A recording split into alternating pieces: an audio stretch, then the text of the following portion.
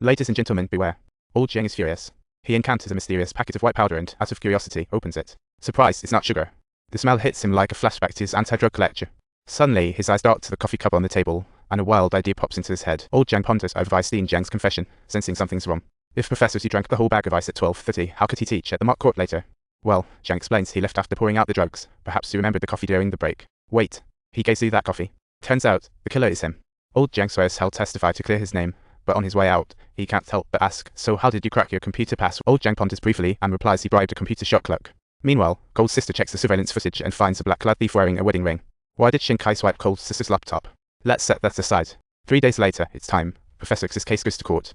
Prosecutor Old Liu wraps up his case so riled up that he's itching to arrest Old Yang on the spot, claiming the defendant knows the law too well and might easily erase the evidence. For instance, that mysteriously vanished laptop which is supposedly key evidence. Old Yang chimes in, but wait, I found the laptop. If Li finds it crucial, Old Yang will comply with digital forensics and fingerprint collection. But the judge denies Li's request. Meanwhile, Cold's sister gets dragged to the hospital for some mental checkup. Just as she steps outside, she receives a text from Paula saying Weisstein Jiang is. Cold's sister gasps, realizing if the thesis scandal gets out, she could be kicked out of school. In a panic, she swipes her mom's car keys and speeds off to the courthouse, phone suddenly buzzing away. On the line, it's her dad's voice. Weisstein Jiang just confessed in court. He admits lying to police, confirming sugar was there, as defendant said surprise. I own the candy bag. Cold's sister's car screeches to a halt outside the courthouse as she dashes in. Inside, lawyer Zhao Pio demands, Old Jiang, why the fibs?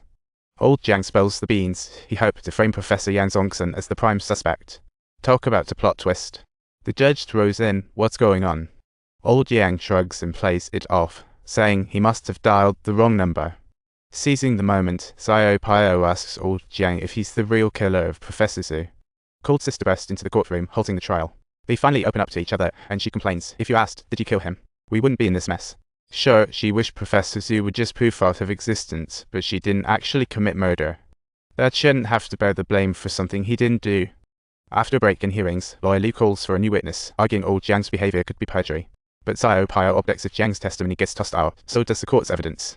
This could make the jury think the defendant is lying, risking defeat. Old Yang doesn't care, he just wants the real killer. After the first hearing, Cold's sister thanks Old Yang, saying her dad might face perjury without that coal. Old Yang brings up the thesis, asking Cold's sister why she wouldn't admit fault despite Professor X's repeated efforts. This time, Cold's sister opens up. Cold's sister sighs, feeling like an unnamed flower, caught up in the whirlwind of trying to be pretty.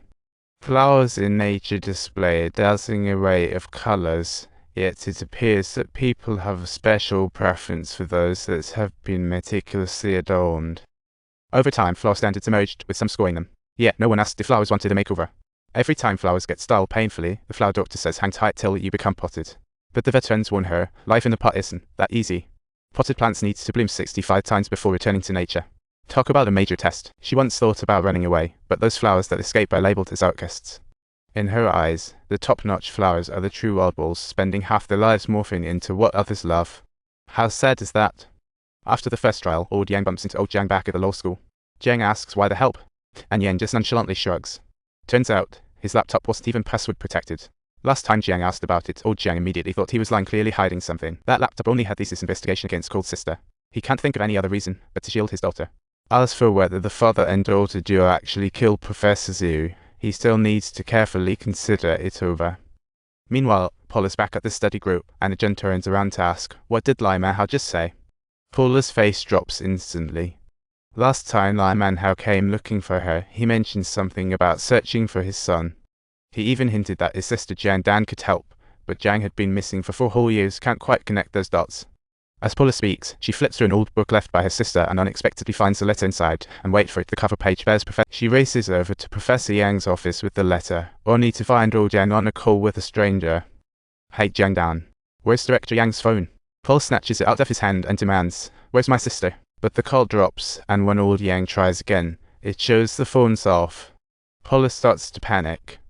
She asks Old Yang how he knows her sister. He replies, I took a tip from Jiang Dan as a prosecutor. Liu Yuyun was suspected of using political cash as a cover for illicit gains, but before clarification, Jiang Dan disappeared mysteriously.